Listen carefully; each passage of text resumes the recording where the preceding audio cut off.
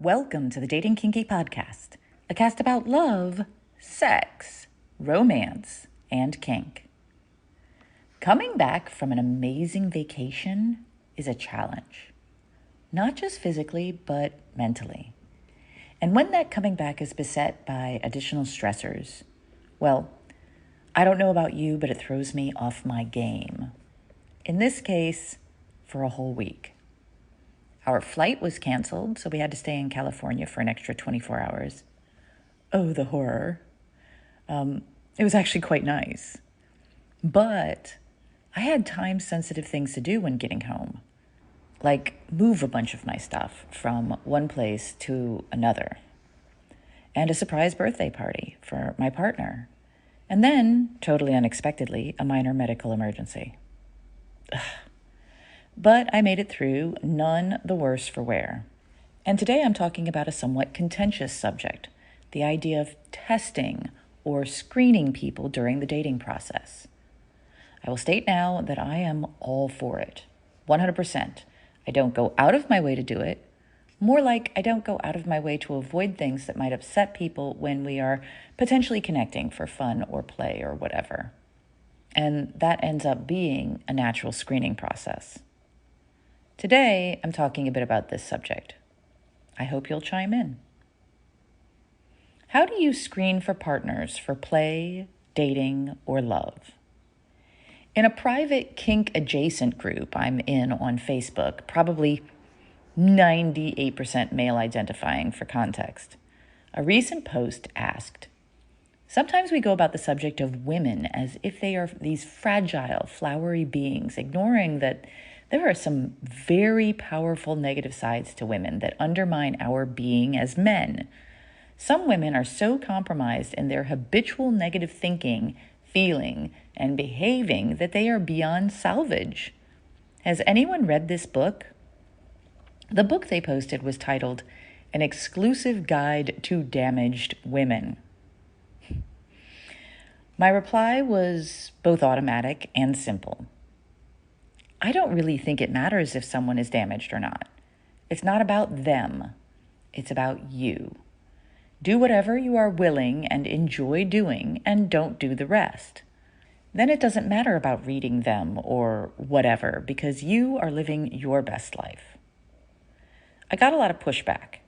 Here's one reply from the original poster. "Lack of awareness and deeper knowledge on women turn even strong men into derelicts. Damaged women will waste your time, energy, and life. The issue is not about reading more, but recognizing the sign of a problem before you begin any relationship with a woman. Ask around from guys who have fallen victim to cunning, sly women. Ignorance is the worst place to be. Maybe you are lucky and have not met a toxic woman." I was able to verbalize more as the conversation continued and others joined. To be clear, I've met plenty of toxic people. And as those of you listening probably know, coaching and advising people about living their best sex, love, and kink lives is my daily grind. Toxic is not the only thing that will turn men, well, humans really, this is not gender specific, into derelicts. Poor personal awareness, shitty boundaries, and a lack of self-control are far more likely to be the cause. So I suggest that whether someone is toxic or not, if you only do what you know is right for you and let all the others go, it doesn't matter why they are not a fit or if they are toxic. They just aren't right for you. I mean, you can label people good, bad, pretty, ugly, smart, sexy, odd, whatever. And I'm not going to say I don't. If I did, that would be a lie. However, I use those labels ultimately to determine my experience of the person, not the person themselves, which could be a whole nother writing and probably will be at some point. They are either right for me in this moment or not. Also useful to me, do they give energy or not? Or at least not suck too much of my own energy. A relationship is an exchange of energy. A successful relationship, as I like to say a lot, is a relationship where both people feel like they receive far more than they give. The wrong people almost always suck energy. But just because they suck energy from me doesn't mean they are damaged. Or maybe they are, because aren't most of us in one way or another. But that damage may not be a problem for the right connection. So what's most important to me is not whether someone has trauma or is damaged or can be odd or whatever. It's whether they are a good fit for me. And my screening has become intuitive to me over the years as I've discovered what really works and what doesn't. I started with what you might consider obvious tests.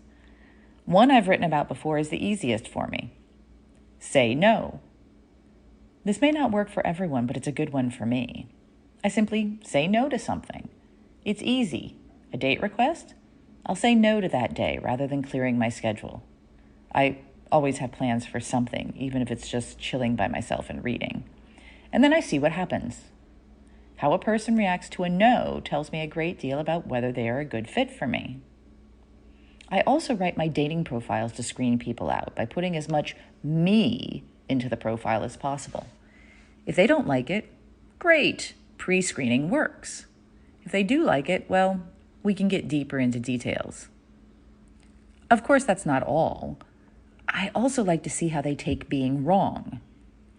I like to see how they act when I make a mistake and admit to being wrong. I want to gauge how they respond to vulnerability and how they act after they've shared one of theirs.